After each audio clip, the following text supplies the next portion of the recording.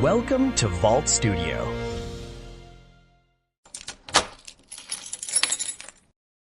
This is Story Vault Studio.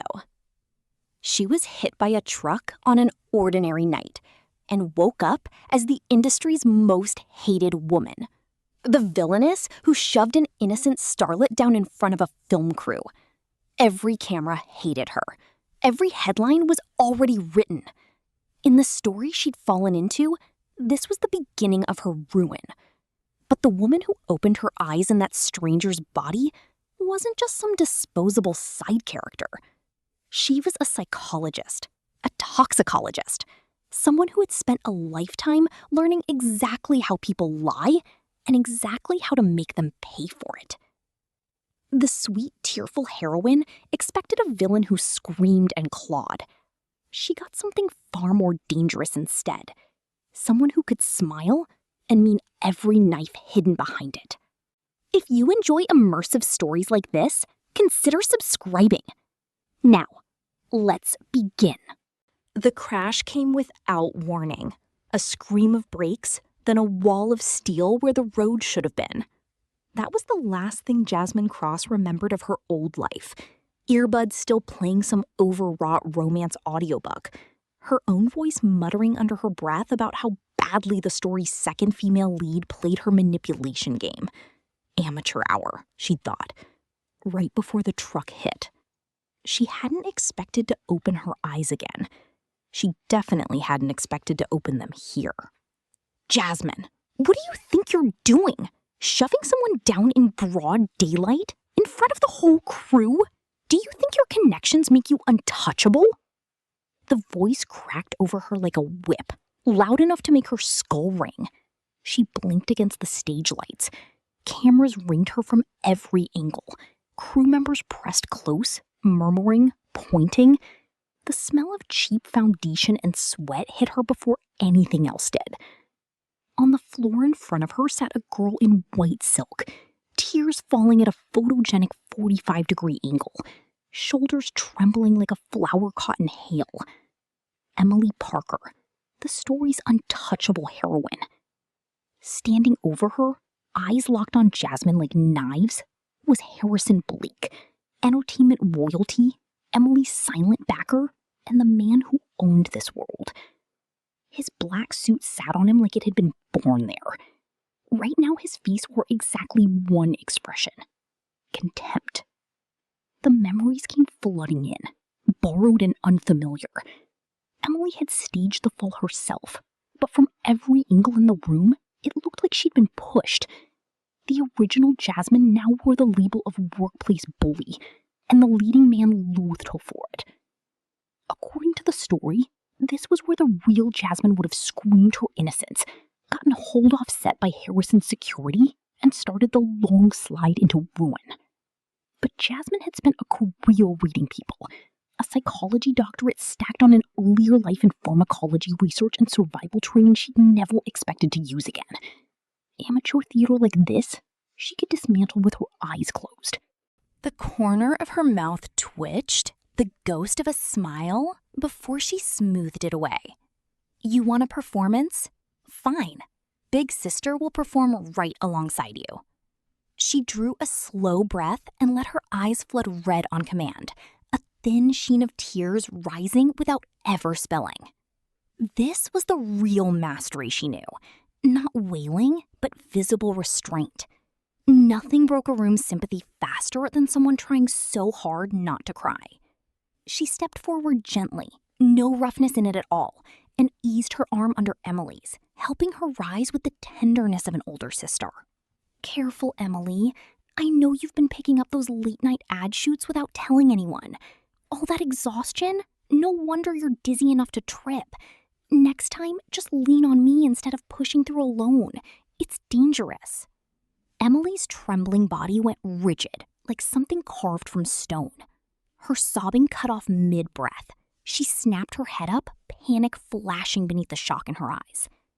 Dizzy from overwork, sneaking off for extra ad money? None of it was in the script she knew. Jasmine had denied pushing her without ever saying so, and buried a second accusation. Reckless, greedy, careless of the production inside what sounded like concern. It landed somewhere the old script never touched. Emily's mouth opened and nothing came out. Jasmine used her thumb to wipe carefully at a tear on the girl's cheek, cutting off whatever protest was forming with a voice full of aching resignation. "Don't say anything else. I understand. Let the director yell at me. Let everyone believe the worst. I'm used to carrying blame. I only feel bad that you took a hard fall. Don't cry anymore. You'll ruin 3 hours of makeup, and the bruises under your eyes will show on camera." The line landed like ice water on the image of natural, effortless beauty Emily had spent years constructing. The set went dead silent. The murmuring crew fell quiet all at once, and something in the air shifted. Before anyone could react, Jasmine turned and bowed 90 degrees toward the director, her breath catching audibly before the words came out bright and rushed. "I'm so sorry, director, everyone. I wasn't paying attention to where I stood, and Emily bumped into her while she was tired and lost her footing. This is on me. Please don't punish her. It could affect her performance." This was the highest art of it. Taking blame for something so obviously not your fault that the crowd worked out on their own who the real hypocrite was. Emily's chest heaved, her carefully built mask of innocence nearly cracking apart at the seams. She'd expected the old Jasmine's fury to leave her free to play the wounded party. Now that role had been taken, and she had nothing left to perform. Her tears had already dried. She stood frozen, hands twisting the silk of her dress until her knuckles paled. Her lips trembled with rage she couldn't voice. Arguing back would only make her the petty one, snapping at a woman who just shielded her. Jasmine allowed herself a private, cold smile and slid a glance toward the most powerful man on set. Harrison's eyes had narrowed slightly.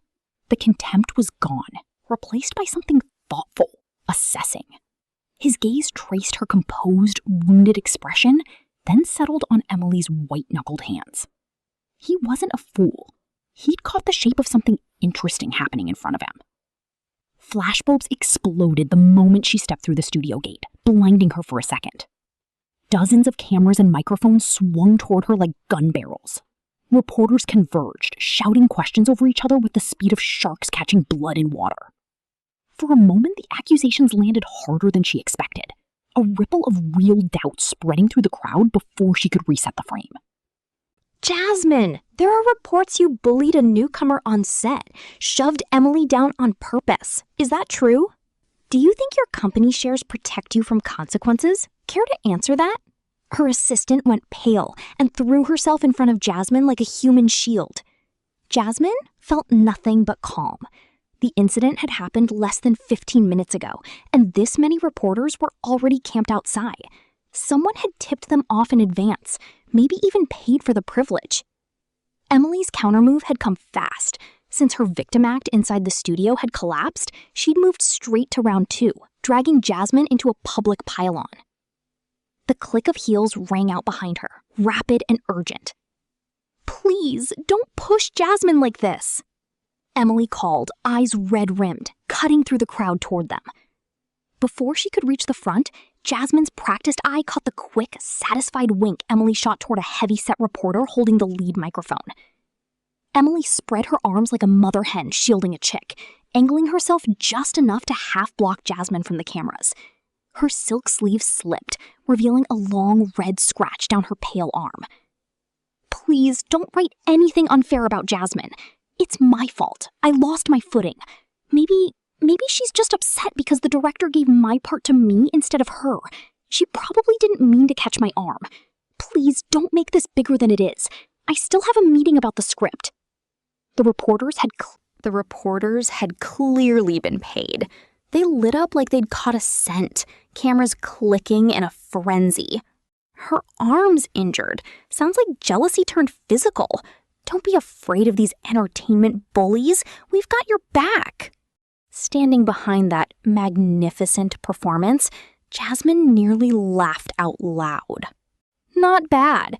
framing an accidental swing of the arm around heartbreak over a lost role, pin jealousy on her, then top it off with a devoted line about a script meeting to look like the hardest worker in the room. If she didn't slap this back, her psychology degree would be wasted.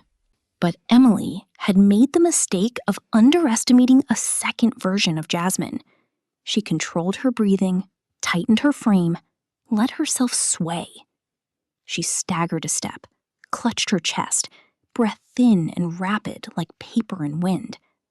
Trembling, she reached out and gently pushed Emily's shielding arm aside.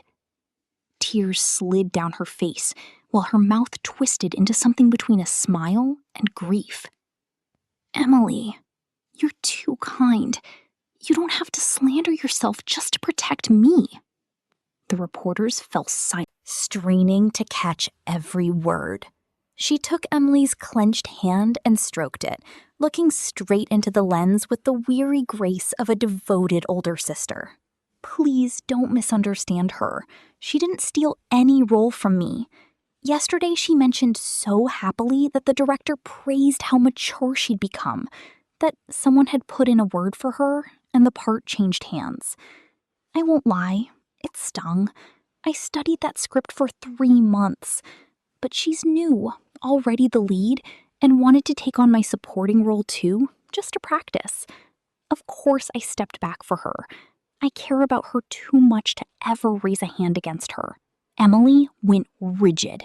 She hadn't expected Jasmine to use the very excuse she'd offered, the swap of roles, as a weapon, exposing exactly how she'd used connections to force Jasmine out of her own part. But that wasn't the finishing blow. Jasmine let a tear drip precisely onto the back of Emily's hand, painting a portrait of devoted sisterhood, her voice dropping low enough that every microphone still caught it clean. But Emily, with a cut this deep, how will you manage dinner tonight with Investor Shaw in that private room? Discussing the script? I worry for you. Should I call and ask him to reschedule? He's known for being generous with pretty things. I doubt he'd pull funding just because you missed one dinner. The air around them froze solid. It took the reporters exactly 3 seconds to process what she just handed them with an expression of pure innocence. Someone using connections to steal a role, then meeting a wealthy investor alone late at night in a private VIP room. Shaw was a balding old man infamous across the industry for his appetite and his unspoken rules. The media's attention spun a full 180 degrees. Every microphone that had been aimed at Jasmine swung toward Emily instead, hungry to tear through the mask underneath. Emily, care to explain your late dinner with Investor Shaw? Did you trade favors for that role? Were you using Jasmine as cover the whole time? The questions came like knives. Emily's face went bloodless, the calm mask she'd maintained cracking wide open. She waved her hands in panic, forcing out a few desperate tears. No, you've all got it wrong. Jasmine, why would you say something like that? Are you in shock?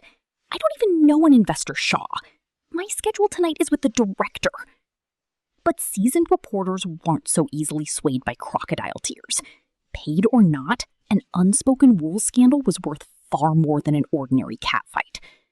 The heavyset reporter who'd taken her signal earlier now shoved his microphone nearly into her chin. Miss Parker, don't dodge. We have footage of you getting into Mr. Shaw's car last night. The black sedan, plate ending in 88. Explain that. Emily's jaw locked, eyes wide, lips trembling with no words behind them. All her practiced sweetness collapsed into raw panic under public scrutiny. The one who dug the hole had buried herself in it. Jasmine let her weight sag against her assistant, eyes fluttering shut as though she couldn't bear to witness one more moment of her dear friend's tragedy. Flanked by security, she walked slowly to the van, leaving Emily behind to be picked apart by the circling press. The second the door shut, every trace of fragility vanished from her face without a mark left behind. She crossed her legs, pulled a tissue free, wiped her eyes clean, and let a thin smile curl her lips. Just the appetizer, Emily. The show's only getting started. The van pulled up outside Lumen's headquarters, the industry's top talent agency, and the company that held both their contracts. The media storm outside the studio had lasted barely an hour, but between Jasmine's careless slips and Emily's panic, the terms Emily's unspoken rules and Emily role theft were already sitting at the top of the search rankings. On the ride over, she'd fired off a quick message to a contact in Lumen's data team, the kind of friend worth keeping close in an industry built on optics, asking if anything about Emily's numbers looked strange. The moment she walked into the 18th floor conference room, a stack of papers hit her square in the face. "Have you lost your mind, Jasmine? Who gave you permission to say any of that to the press?" Sebastian Cole, Lumen's PR director, slammed the table, face purple with. He was known company-wide as Emily's patron. Jasmine tilted her head to dodge the papers, eyes sweeping the room. Beyond Sebastian's heavy breathing stood her manager, cowering in the corner. And seated at the head of the table with lazy authority, Harrison Blake, the man who held life and death over the whole company. He was flipping through a folder, unbothered by the commotion. When she stepped in, though, his sharp gaze lifted and locked onto her, searching. She held his stare without flinching. Her eyes reddened on cue. She bent, gathered the scattered papers, smoothed them, and set them neatly on the table. It was a pre-written apology statement. "Director Cole, you've misunderstood. The reporters kept pushing, saw her arm was hurt, and swarmed. I'm her senior. How could I let her face that alone? I only wanted to help explain. I never imagined the public would twist my words this way." Sebastian's throat worked. Every line she delivered outside the studio had cut Emily to the bone. And yet, dissected closely, every word sounded like nothing but a worried older sister's concern. Furious and unable to argue a single point, he jabbed a finger at the draft instead. "Don't play innocent. Emily's meeting with investor Shaw was company business. Who gave you the right to broadcast it? Post this apology to Instagram now. Say you were under psychological strain and spoke recklessly. And apologize for hurting Emily. The company protects her image first." Jasmine looked down at the page. An admission of emotional instability. An apology for reckless words. Printed in careful black type. Post this once and she'd surrender every weapon she had, while Emily became the pure white flower trampled by a jealous rival all over again. The old Jasmine would have torn it to pieces and screamed for justice, and gotten herself blacklisted for the trouble. She wasn't that Jasmine. She lifted the page gently, blinked her wet eyes at Sebastian, then let her gaze slide to Harrison, voice utterly sincere, almost obedient. "Director Cole is right. Emily's image matters most to the company. If it helps Lumen, I'll get on my knees and apologize to her myself." Sebastian froze. Her manager's jaw dropped. Even Harrison's brow lifted slightly, the finger he'd been tapping against the table stilling. No one had expected the office's stubborn thorn to fold so easily. Just as Sebastian's mouth curved into a triumphant smile, Jasmine pulled out her phone, hesitant, almost shy. "Actually, Director Cole, I just came across something. If I post this apology and drag more public attention into this, I'm afraid the company's about to have a much bigger problem." She turned the screen and set the phone flat on the table. It wasn't gossip. It was a dense analytics report, thick with charts. A friend of mine on the data team happened to send me this. It's a traffic and engagement analysis of Emily's fan club over the last 3 months. 80% of the activity traces back to a bot farm. She lifted her wide, innocent eyes to Sebastian, sweating openly now, then turned toward the man presiding over the table. "Mr. Blake, if the role theft and unspoken rules story explodes because of a guilt-soaked apology from me, the public will dig into everything about Emily. Once the bought engagement comes out, every brand under contract with her will demand damages. I don't think the company can absorb that kind of hit. The room went dead quiet. The hum of the air conditioning suddenly felt deafening. She just laid out a financial death sentence, wrapped in the voice of a loyal employee worried about her boss's bottom line. Emily is the golden goose. She can't afford even a speck of scandal. She pressed her lips together, eyes red, voice trembling as if she might cry, though something sharp flickered underneath. Or, Mr. Blake, instead of a weak apology, let me play the villainess properly. I'll keep saying shocking things, act arrogant, disrespectful. Whatever it takes. Let the public's fury land entirely on me. Lumen can build a real anti-Jasmine wave. The angrier they get, the more traffic climbs, the bigger I become. Emily just has to cry quietly and stay the victim. She'll be safe. She smiled, the smile of someone noble enough to sacrifice herself for the greater good. I'm just weeds anyway, used to getting cursed at. Taking the hit for her a little longer costs me nothing. Sebastian's mouth clamped shut. He had his own hands dirty in the budget he'd skimmed to buy Emily's bot traffic. Hearing it exposed this plainly left him cold with fear. Harrison rose slowly, the black suit settling over his tall frame. He crossed the room until he stood close enough that she caught the faint, cold scent of cedar clinging to him. He studied her, dark eyes trying to peel back every layer of the mask she wore. Jasmine, since when did you get this sharp?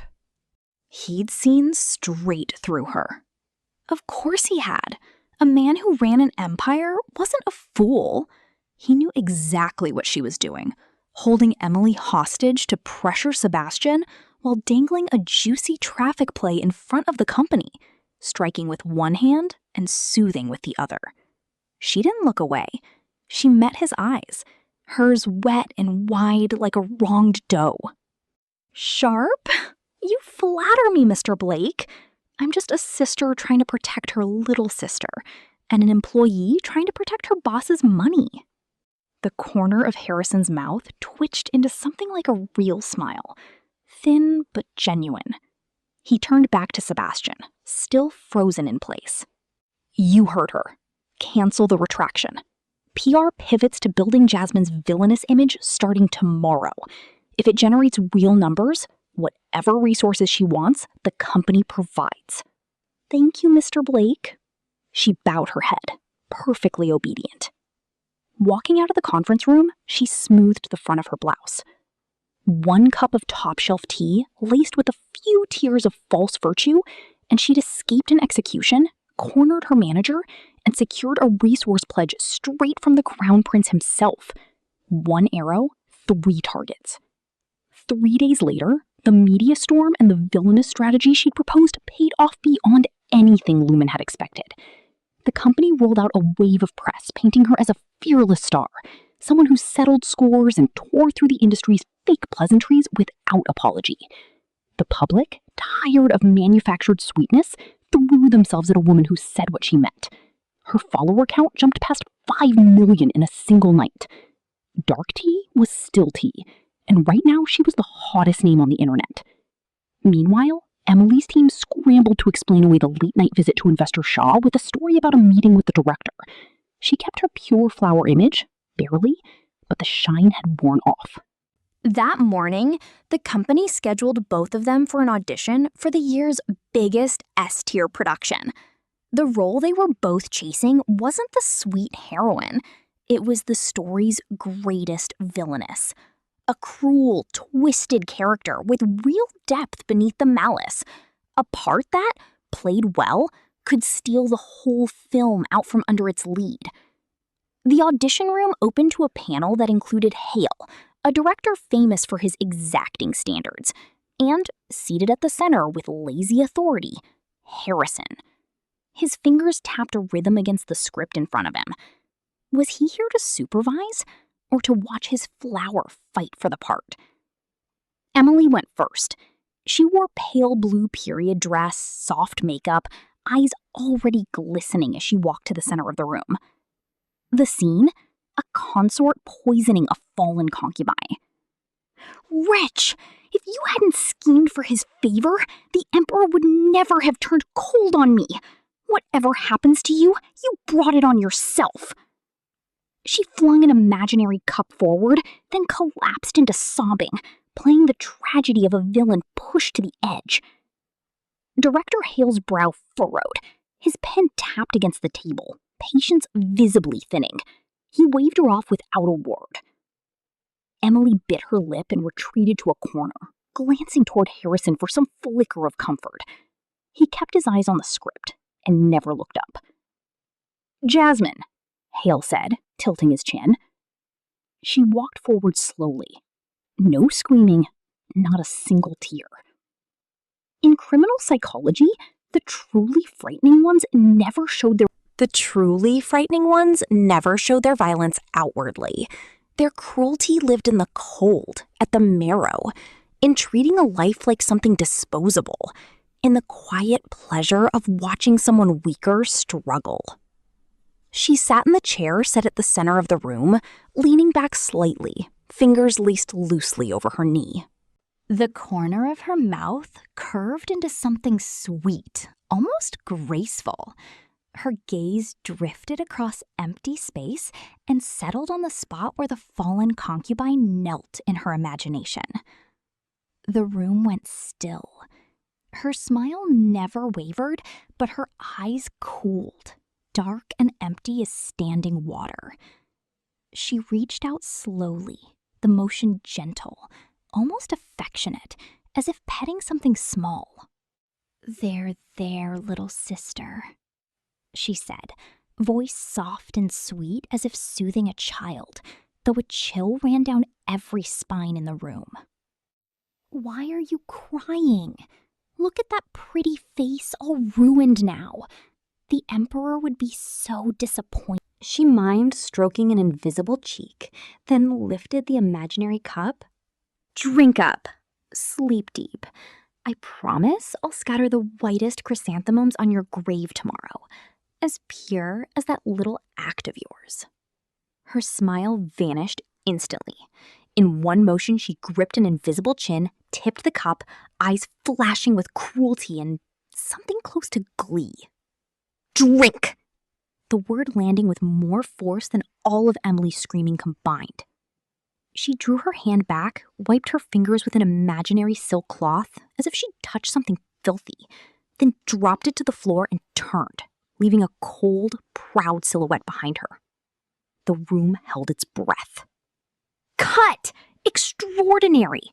That cruelty hidden under gentleness, the chill in that smile. That's the consort I've been looking for. He turned to Harrison, voice charged. "Blake, no one plays this better than she does." Harrison lifted his eyes slowly and looked straight at her. Outwardly calm, but she caught the flicker of astonishment and something hungrier dancing underneath. "Give it to her. Final decision." "Thank you, Director. Thank you, Mr. Blake." Passing Emily, frozen in the corner, nails digging into her own palms, Jasmine stopped. The cold cruelty of the consort dropped away instantly, replaced by the innocent, sisterly mask she'd worn from the start. She blinked, all wide-eyed regret, and patted Emily's shoulder gently, voice catching. "Oh, Emily, are you all right? You look so pale. I'm sorry, I got a little too into it just now. You're used to playing the sweet, innocent Rays, so I bet all that cruelty scared you. Don't be upset that I took the part. I only meant to help you build up your nerve." Emily's mouth fell open, face shifting from white to red. Jasmine had stolen her role, mocked her range, delivered a poisoning scene that felt aimed directly at her, and now wrapped it all in the voice of a caring older sister. Tears welled up for real this time, jaw clenched so hard it ached, fury she couldn't voice.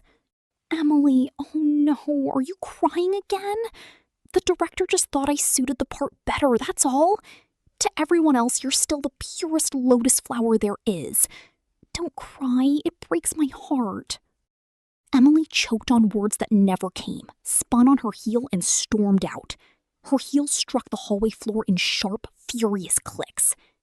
Jasmine let the tissue fall still in her hand, rolled it into a neat ball, and tossed it into the trash across the room. White Lotus, was she? Loved crying for sympathy? Then Jasmine would use nothing but understanding and compassion to squeeze every last tear out of her. The black car glided through the wrought iron gates and into the sprawling grounds of the Blake estate, smooth and silent. Tonight was the family's monthly dinner. The reason for her presence was simple enough.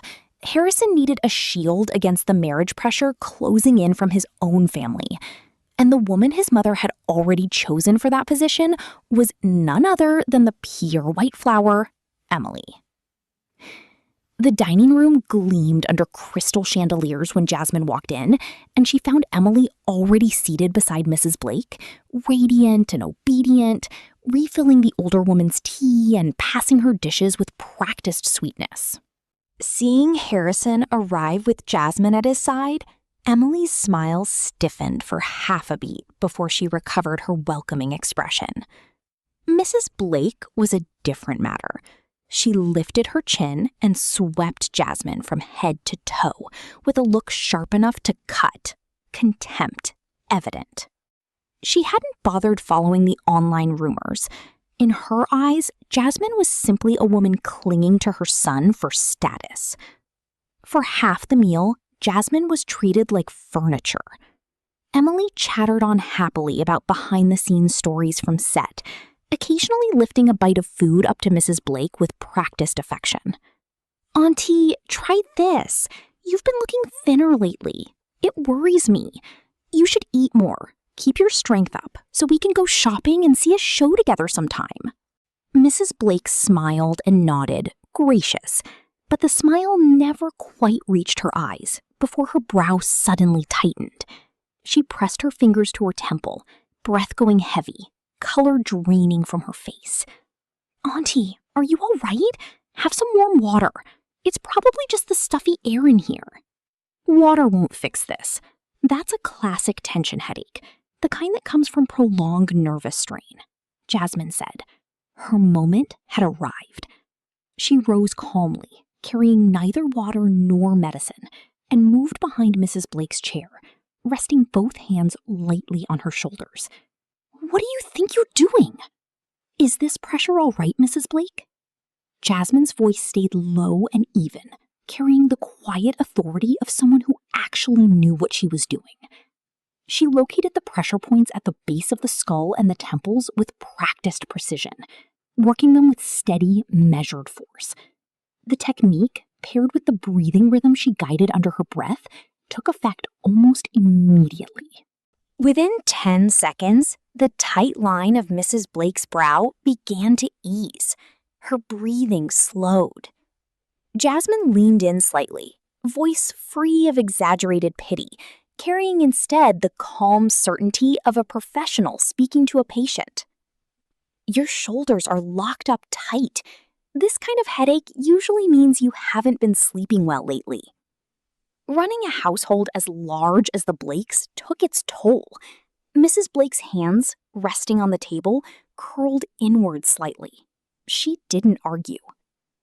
Jasmine kept working the pressure points at an even pace, voice dropping lower, gentle but precise. Emily means well wanting you to get out and enjoy yourself, and that's kind of her. But with how tense you are right now, I think crowded, noisy places would only make it worse. Everyone had grown so used to leaning on the family's formidable matriarch that they'd forgotten she was human too and needed rest of her own. Silence spread across the table. Emily's mouth fell open, the mushroom balanced on her fork slipping into the dipping sauce below. Jasmine's words had sounded entirely reasonable, even generous toward Emily's intentions, but underneath, they were a clinical, precisely aimed slap. Poor thing had no idea. What she'd offered was empty gesture, and empty gestures only added to the exhaustion. Jasmine eased her grip, smoothing her palm gently down Mrs. Blake's shoulder. "You've spent so long being everyone else's support, Auntie. Let your shoulders drop for once. No one here needs you to be perfect." Mrs. Blake's eyes reddened, the armor of the industry's most formidable matriarch cracking under a psychological blow so precise it left no room for artifice. She reached up and patted the back of Jasmine's hand, voice thick. "This girl's got real skill. You're right. No one's noticed how tired I've been in years." Jasmine smiled faintly, claimed no credit, withdrew her hands, and returned obediently to her seat. For the rest of the dinner, the balance shifted entirely. Mrs. Blake kept passing dishes to Jasmine, asking after remedies for sleep. Emily sat forgotten in the corner, smile fixed like wax, eyes glassy with resentment she didn't dare let fall for fear of ruining the mood. She had become entirely an outsider. When the dinner ended, Jasmine walked beside Harrison out to the car. The night air carried a thin edge of cold. Harrison stopped beneath a streetlight, his tall shadow falling over her. He leaned down, closing the distance between them until she caught the faint, intoxicating scent of cedar. A few pressure points and a handful of words, and you won the hardest woman in high society over completely.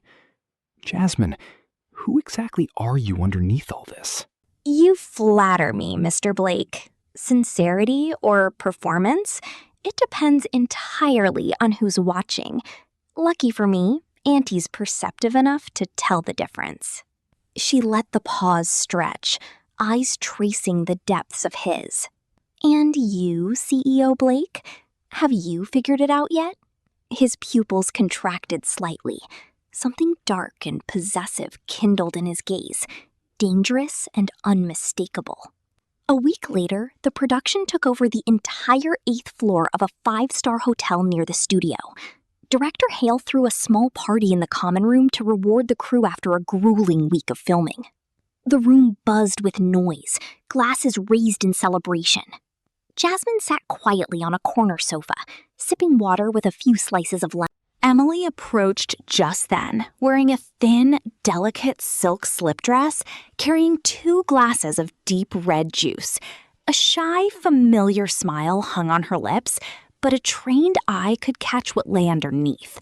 Her pupils were slightly dilated, her breathing a fraction too fast, her thumb pressed white against the glass.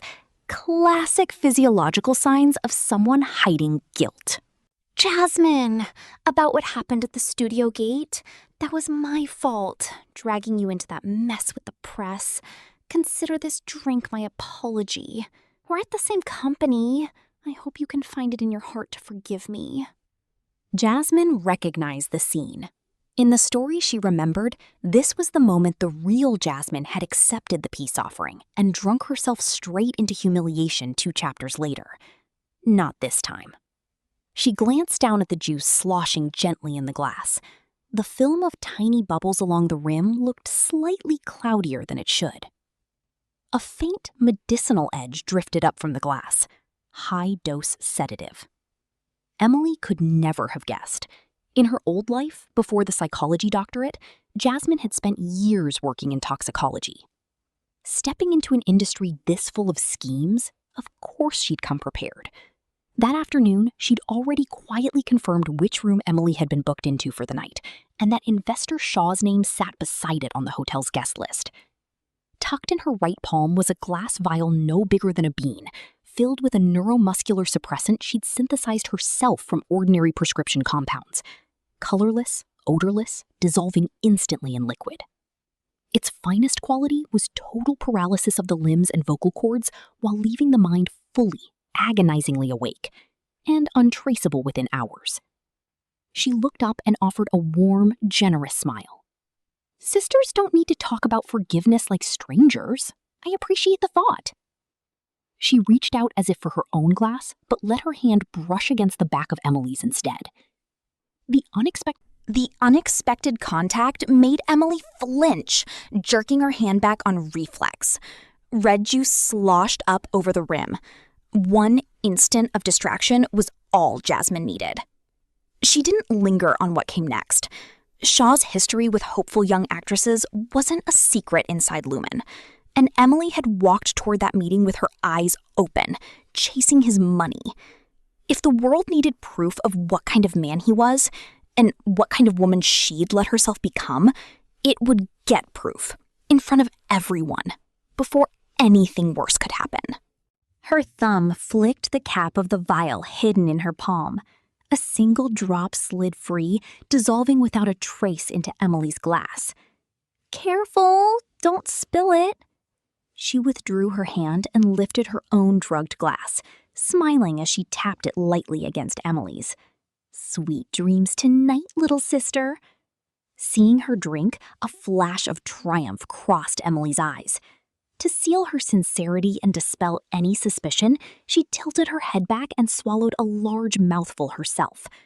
Jasmine, using the angle of the glass to shield her mouth, only held the juice on her tongue, then discreetly used a handkerchief tucked in her sleeve to blot it dry without a drop showing. 5 minutes later, she began the performance. She pressed her fingers to her temple, breath growing heavy, eyes deliberately unfocused. "Emily, I feel so dizzy all of a sudden. Everything's spinning." Emily's eyes lit up. She rushed forward, wrapping an arm around Jasmine's waist, playing the picture of concern as she helped her up. "Jasmine, you must be exhausted. Let me walk you back to your room." After making sure a few nearby staff overheard, she half-carried, half-dragged Jasmine down the quiet hallway of the 8th floor. Jasmine let her whole weight go slack, leaning fully into Emily's frame. Emily, slender to begin with, had to strain to support her down the long corridor. Emily's heart rate climbed, blood pumping faster with every step. It was the perfect catalyst. By the time they reached room 801, Emily's will to resist was still there, but her body had already begun to betray her. Her legs turned to water beneath her, arms falling limp at her sides. The door had been propped with a small piece of tape earlier, planted during that same quiet afternoon of checking. A gentle push was all it took to open it. The room sat dark, thick with the smell of liquor and cigars, unmistakably a middle-aged man's territory. It didn't take much guessing to know investor Shaw was waiting inside for his prey. Jasmine straightened abruptly, eyes clear and cold, no trace of drowsiness or intoxication left in them. She brushed imaginary dust from her shoulder and smiled down at the woman sliding onto the plush carpet before her.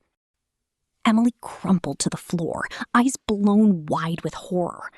Her mouth opened to scream, to expose everything, but only broken, useless sounds escaped her throat. The suppressant had locked every muscle she owned. Jasmine crouched slowly, tilting Emily's chin up with one finger, voice dropping to something sweet enough to chill the bone. "What goes around comes around. Here's your room. The drink was made just for you. Stay awake and feel every second of it." She rose, nudged Emily fully into the room with the toe of her shoe, shut the door quietly, peeled the tape free, and dropped it in the trash. Then she walked back to room 802, removed her makeup, applied a face mask, and slept soundly until morning. She woke to pounding on doors and chaos echoing through the hallway. She dragged herself up, leaving her hair deliberately tangled and unbrushed. Throwing on a soft cotton robe with rabbit ears stitched onto the hood, she rubbed sleep from her eyes and cracked her door open, the picture of drowsy confusion. The scene outside outdid anything scripted television could offer. Room 801 stood wide open. A crowd of reporters with cameras raised flooded the hallway in a storm of flashbulbs, hotel security struggling uselessly to hold them back. Inside, on a bed buried in scattered clothes, Investor Shaw scrambled to cover himself with a sheet, cursing without pause. Curled inside the tangled blankets, hair a mess, sobbing uncontrollably, was Emily. Reporters shouted over each other. Miss Parker, we got a tip that Jasmine used her connections in this room. Why are you the one caught here? Mr. Shaw, are you using your money to coerce actresses? Another pressed, and a third demanded an explanation before Emily could even find her feet. Emily buried her face in her hands, chest heaving, eyes darting around wildly for some lifeline. The drug had worn off. She could move now, could scream now, but that same clarity meant she felt every ounce of the humiliation in full. Then her eyes caught Jasmine's, standing in the doorway of 802, both hands pressed over her mouth, eyes huge with practiced shock. She looked exactly like a lost, innocent rabbit who'd wandered onto a crime scene. "Oh, my God!" Her voice rang out, sharp and clear over the noise. Every camera swung toward her. She stepped back half a pace, eyes brimming, staring at Emily with a look of pain and devastated disappointment, her breath thinning out as though she might collapse. "Emily, why are you here? Last night you told me you were going to borrow the script from Director Hale's room to practice lines? Why would you lie to me? Why are you in Mr. Shaw's room?" The air froze solid, nothing left but the frantic clicking of shutters. It was an invisible, unanswerable blow. Speaking as a bewildered, betrayed older sister, Jasmine had just told the entire world that Emily hadn't been forced, hadn't wandered into the wrong room. She'd used the excuse of studying lines as cover to offer herself up willingly. Emily's mouth fell open, color draining from white to ash. She pointed at Jasmine, body shaking violently, throat producing only choked, furious sounds. "Jasmine! It was you! It was you!" Before she could finish, her eyes rolled back and she collapsed onto the bed, unconscious from sheer fury. Jasmine hurried to cover her face with both hands, feigning tears of sympathy, hiding behind them a bright, satisfied smile. Digging your own grave tasted better than anything, her pure white lotus. The hotel scandal succeeded beyond anything she'd hoped. Half a day later, she received an urgent summons to Harrison's office on Lumen's top floor. The silence inside was thick enough to hear the clock ticking. Harrison stood with his back to her, gazing out over the city through floor-to-ceiling glass. His silhouette radiated cold authority. She walked in slowly and closed the door behind her without a word. Hearing the sound, he turned, his dark eyes locking onto her, sharp enough to strip away every layer of thought in her head. He crossed the room in long strides, backing her against the heavy wooden door until she had nowhere left to retreat. He braced one hand against the door beside her head, trapping her in a space thick with the cold scent of cedar. Jasmine. The blind spot in the hallway camera. The tape wedged in the door. The oddly perfect timing of Emily's collapse. You played your part beautifully. Convinced the whole world you're some innocent little victim. But you can't fool me the way you fooled them. He leaned in, his breath hot against her ear. Driving a woman to bare her dignity in front of the entire media? Jasmine, what exactly are you? Anyone else, faced with his fury, would have dropped to their knees begging forgiveness. She wasn't anyone else. She lifted her eyes, meeting his, without flinching. The mask of innocent fragility had long since come off. In its place was a smile, bright, proud, and utterly provocative. She reached up slowly, fingers trailing along the crisp line of his lapel before curling around his black silk tie. "My nature?" She tilted her head, voice soft, but every word sharp as a blade. "CEO Blake, if I was the foolish little rabbit last night, then this morning it's my face plastered across every headline, my reputation in ruins. You're not asking how frightened I was last night. You're asking why I didn't just lie there and let it happen." Her hand stilled just in front of his chest, close enough to feel his heart pounding through the thin layer of fabric between them. She drew the moment out, eyes wet and glittering, carrying a false vulnerability edged with something far more dangerous. Getting used to that pale, watery tea Miss Parker serves made you soft, CEO Blake.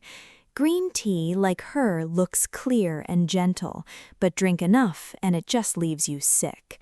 Me, I'm high-grade matcha, bitter going down, but the aftertaste stays sweet for good.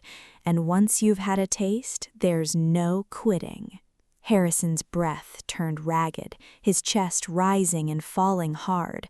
The danger and menace drained out of him entirely, replaced by a hunger burning openly in his eyes. He was an alpha wolf, arrogant and proud. Wolves had no interest in prey that only knew how to whimper and beg. What woke the hunter in him was a clever little fox, dangerous, willing to bare its teeth. He caught her waist and pulled her flush against his chest. His voice came out hoarse, stripped of its usual composure, nothing left but surrender to something he couldn't fight. Jasmine, you win. I don't want watered-down tea anymore. For the rest of my life, I only want to be addicted to 1 cup of matcha. Care to let me try? Her mouth curved into a triumphant smile. Wealth, cold authority, none of it mattered once a man's heart had been read and claimed. It sat, small and manageable, in the palm of her hand. Thanks to some mysterious backer, Emily still held on to a spot on a wilderness survival reality show, her last chance to scrub the string of scandals off her name. The rules were simple. Contestants would be dropped into untouched wilderness, stripped of money and phones, and left to fend for food and water over 3 days and 2 nights, filmed by a fleet of drones. The moment she stepped off the van at the edge of the forest, Emily was already performing. She wore a thin white vest paired with tiny shorts that showed off long legs, her makeup dusted just enough to look accidental. She trailed after David, a rising young idol, stumbling on cue every so often, whimpering, clinging to his arm. "There are so many mosquitoes out here. My legs are covered in bites. Could you slow down a little and wait for me?" David, young and eager to prove himself, puffed his chest and swore to protect her the whole way. A few of the other male guests fell over themselves competing to clear the path ahead for their fragile little flower. Jasmine walked at the head of the group in full protective gear, a wide-brimmed hat shadowing half her face, calmly sweeping brush aside with a stick as she moved. The group stopped by a dry creek bed to make camp. Suddenly, Emily let out a piercing scream. "A snake! Someone help! There's a snake!" She leapt straight into David's arms, clinging to his neck so hard he nearly toppled backward. From a crevice by the water, a snake as thick as a wrist slid out, forked tongue flicking, hissing in warning. The men around them scattered back, faces going pale. David fumbled for a stick, shouting for the crew's help, but the production team stood by deliberately, letting the drama play out live for the broadcast. In the middle of the panic, Jasmine walked forward without hurry. No one caught the motion clearly. Trained by past survival expeditions, she moved fast, gloved hand closing around the snake just below its head. The creature thrashed, coiling around her forearm. A blade flashed from her hip a second later. One clean strike and the head dropped to the ground, the long body going slack. Blood dripped bright red onto the mossy stone. The whole thing took less than 3 seconds, clean and merciless. The forest went silent as a tomb. Every guest and crew member stared at her like she'd fallen from another world. Sensing the mood, she dropped the carcass instantly, stepped back, tucked the knife behind her, and pressed a hand to her chest as if catching her breath. "Oh my God, that thing scared me half to death. I didn't even think, I just swung. My hands are still shaking. David, please, someone protect me." David stood frozen, staring at the headless snake, then at her trembling, helpless expression, unable to form a single word. Protect her when she'd just beheaded a wild animal without blinking? Protect her from what exactly? The air?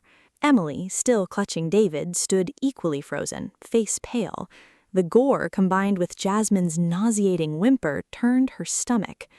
As night fell, survival grew harsher. The male pests and Emily, starving, gnawed at hard, unappetizing ration bars. Emily kept up her act of quiet suffering, breaking off tiny pieces of the bar, chewing solemnly, occasionally letting a tear fall for pity, hoping someone would take mercy and share some warm food. Across the creek, Jasmine had already built a roaring fire. She'd cleaned and cut the snake from earlier, added a handful of mushrooms and wild greens she'd gathered along the trail. 15 minutes later, a pot of soup bubbled away, its smell drifting straight into the camp across the water. The scent of roasted meat hit every nose in the vicinity, sharpening hunger to a knife's edge. David swallowed hard, tossed his ration bar aside, and shamelessly walked over. An award-winning actor and a few others followed close behind, dignity forgotten. Jasmine, we found a huge pile of firewood. Think we could trade it for a small bowl of soup? You're the leader here. She ladled soup with a wooden spoon, smiling graciously as she nodded. We're all colleagues. Helping each other out is only right. Go ahead. The men cheered and crowded around the pot, slurping eagerly, leaving Emily sitting alone in the dark, gripping her stale ration bar. Jealousy burned in her chest, but pride wouldn't let her cross over and ask her enemy for food. Jasmine filled the fullest bowl, picked out the best cuts of meat, and walked calmly toward Emily. Seeing her approach, Emily turned her face away with a cold huff. Jasmine crouched down in front of her, offering the steaming bowl with a warm, gentle smile, every inch the generous older sister. Emily, eat something. It's harsh out here, and you're dressed so lightly. If you collapse from hunger, who's going to carry you back? She drew the words out, eyes soft with concern. Eat up, for your strength. I know you've been upset about losing a few good opportunities lately, but life's long, and you'll need your health to start over. This soup clears heat and toxins. Drink plenty, clear your mind, let go of whatever's been weighing on you. Strength and clarity are what keep you steady so you don't stumble again. Emily's face cycled from white to red to a sickly green. Pride, hunger, and humiliation tangled together until her chest heaved. She nearly threw the bowl aside, but the drone camera hovering inches from her face made cursing out someone bringing her food a form of public suicide. Finally, the frustration broke. Real tears spilled down her cheeks this time, not performance, but pure, choking rage. Her shoulders shook uncontrollably under Jasmine's smiling, innocent gaze. Using a White Lotus's own logic to reduce a White Lotus to silent tears, the feeling was extraordinary. After the survival episode aired, Jasmine's popularity soared. Audiences fell hard for a version of her that was capable and resourceful, but never lost her warmth on camera. Emily, meanwhile, became the internet's punchline. Her fragile flower image collapsed entirely, replaced by a reputation for uselessness and performance. Cornered, she decided to play her last card. 2 weeks later, the Gold Star Film Awards drew nearly half the industry under one roof. Lights shimmered along a red carpet that stretched endlessly. Thanks to investor Shaw's money smoothing over every prior scandal, Emily still had a nomination. Jasmine sat in the VIP section reserved for special guests, sipping wine at ease. She knew what came next. In the story, this was the accusation that had finished the real Jasmine for good, the scene that turned the whole country against her overnight in a single televised minute. Let her try. On the main stage, Emily's name was called for Most Promising Actress. She walked up in a delicate white gown, visibly thinner than before, a white bandage wrapped conspicuously around one wrist. She held the trophy, tears sliding down her face. Instead of a normal acceptance speech, she turned, breath hitching, and aimed straight at Jasmine. This industry is a brutal road. There were nights I felt so crushed by an older colleague at my own company, someone who used her power to steal my resources, to attack me until I nearly wanted to end it all. Jasmine, you took my role, tore apart my reputation, drove me to cut my own wrist. But standing here tonight, I don't hate you. I forgive you. I only ask that you let me go so I can live for my craft in peace. A devastating accusation, aimed to funnel every ounce of public rage onto her, live in front of the entire country. If she couldn't clear her name immediately, tomorrow she'd be branded a monster and blacklisted across the whole industry. But Emily had picked the wrong target. Jasmine set her wineglass down slowly. Instead of leaping up to argue, her eyes reddened, hand rising to cover her mouth, expression stunned, as if she couldn't believe what she was hearing. At the same time, her finger brushed the phone screen already linked to the venue's control system. The instant Emily's tear fell at its most photogenic angle, the swelling music cut dead. The massive screen behind her flickered to black, then filled with a sharp, unmistakable recording. Emily's own voice rang out across the hall. "Mr. Shaw, you have to buy me that award. Once I'm on that stage, I'll fake a diagnosis for depression. Claim this cut on my wrist was a suicide attempt because Jasmine bullied me. This time, I'll use the whole internet to bury that woman for good." The hall went dead silent. Emily stood frozen on stage, the trophy slipping from her hand and clattering to the floor. The screen wasn't finished. Bank statements followed in quick succession, laying bare her collusion with Shaw, siphoning funds from her own fan club, drafting shadow contracts, running illegal money laundering. The room erupted like an oil fire catching flame. Audience, colleagues, directors, every mouth fell open. "Turn it off! Who authorized this? It's fake! All of it's fake!"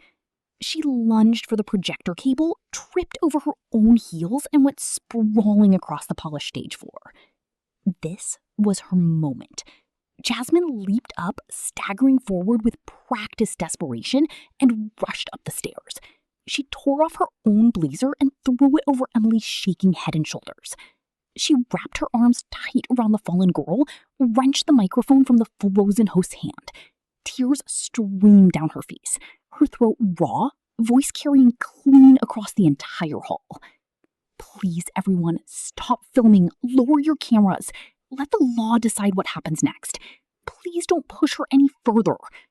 She sobbed openly, bowing toward the audience, voice loud enough for every last seat to catch it. Even if Emily faked a diagnosis out of jealousy to slander me, even if financial pressure drove her to deceive her own fans or step onto the wrong side of the law, she's already paid for it with her dignity. Someone must have taken advantage of her innocence and pushed her into this. Please, show her mercy. Don't corner her any further. A final, devastating blow. Under the guise of protection and forgiveness, she just listed every one of Emily's crimes in front of millions of viewers. Emily had accused her of driving her to suicide. Jasmine answered with the most compassionate heart imaginable, begging the world to forgive fraud and money laundering instead. Emily lay limp in her arms, eyes rolled back, body convulsing with fury and humiliation. Her hand rose weakly to claw at Jasmine's face, but her throat only produced broken, meaningless sound before she went slack, shock finally claiming her. Uniformed officers strode in through the main entrance, and the room shattered into chaos completely. Jasmine kept holding her fallen friend close, tears still streaming down onto Emily's shoulder. Out of sight of every camera in the room, the corner of her mouth curved into a cold, satisfied smile. Curtained down on the White Lotus. 6 months passed since that chaotic award night. The fraud, the shadow contracts, the money laundering tying Emily to investor Shaw had become the ugliest scandal in the industry's history. One of them sat counting days behind bars, the other bankrupted and shunned entirely by high society. The pure white flower had finally rotted in the very mud she'd made herself. Jasmine's own film, meanwhile, opened to overwhelming success. Her performance as the consort became a cultural moment. Audiences couldn't get enough of a villainess who was ruthless and obsessive, yet carried a suffocating regal presence. Tonight's film awards ceremony was the grandest of the year. When the veteran host announced Jasmine's name for the top honor of Best Actress, the entire hall rose in a wave of thunderous applause. No one doubted her anymore. The stage lights blazed down. She wore a gown studded with thousands of crystals, walking with proud, measured steps up to claim the golden trophy that belonged to her. Real strength shattered every assumption. A sharp mind ground every scheme to dust. That was the cruelest kind of revenge there was. After the ceremony ended, she handed the heavy trophy to her assistant and pushed open the door to her private VIP dressing room backstage. The moment she stepped inside, a wave of fragrance hit her. The entire room had been filled with thousands of deep red roses. Amid that sea of blooms, Harrison stood waiting. He wore a black suit tailored to perfection, his tall frame radiating maturity and quiet power. His usually sharp eyes now held a warm, burning affection that could have melted through any winter night. Seeing her walk in, he moved toward her slowly, reaching up to smooth a loose strand of hair from her cheek. "Congratulations, my best actress." His voice carried unmistakable pride. "That's it? Just congratulations? Getting here meant cleaning up a mountain of mess your carelessness let happen. Your judgment used to be seriously questionable." Called out on old mistakes, Harrison didn't flinch. His mouth curved into an indulgent smile. He stepped back, smoothed the front of his jacket, and dropped to one knee on the plush carpet. From his breast pocket, he produced a deep red velvet box. Inside, a diamond caught the chandelier light and burned as brilliant and costly as the man kneeling in front of her. Beside the ring, he set a thick, formal document stamped with the Blake family seal. "Jasmine, I used to think I could see through every scheme this business had to offer, and I nearly let a few cheap tears blind me completely. Thank you for waking me up with one very sharp cup of matcha." For the rest of my life, Lumen's shares, the Blake family's fortune, my own future. All of it is in that contract. Yours to manage as you see fit. Will you become my wife and take charge of me too? A proposal both audacious and unmistakably sincere. Any other woman would have already dissolved into tears of joy. But she was Jasmine. She bent down slowly, lifted the velvet box, turned the diamond over in the light, blinking with exaggerated innocence. "CEO Blake, you're handing over your entire fortune. What if I turn out to be an upgraded White Lotus myself, scam every ounce of affection out of you and disappear? You wouldn't be angry? Even flat broke?" She mimicked Emily's old honeyed tone, just to torment him. Harrison laughed out loud, the brightest, most unguarded sound she'd ever heard from him. He rose and pulled her flush against his chest, bending to murmur against her lips. "If you're a White Lotus, then I'll happily break my own legs letting you swindle me for the rest of my life. Spend everything I have, I'll just earn it back. Just stay my poison of choice forever." She pushed lightly against his chest. Smiling with playful arrogance. "Marrying me won't be that easy. Spotting a con, reading a trap, you've still got a lot to learn. Starting tomorrow, CEO Blake, pay your tuition and enroll in my advanced course on spotting fake sweetness. Graduate with honors, then maybe I'll let you take me home. I don't have time to clean up after my own husband later." "Yes, my queen. We start practicing tonight." Harrison tightened his arms and closed the distance, claiming her mouth before she could finish, swallowing whatever protest hadn't yet formed. The kiss was fierce and deep, as if he meant to brand her into memory itself.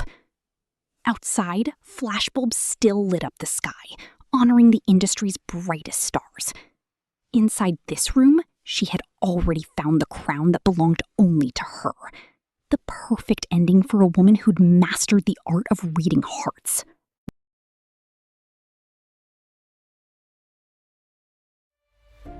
Thanks for joining us. If you enjoyed this, consider subscribing for more. We'll see you next time. See ya!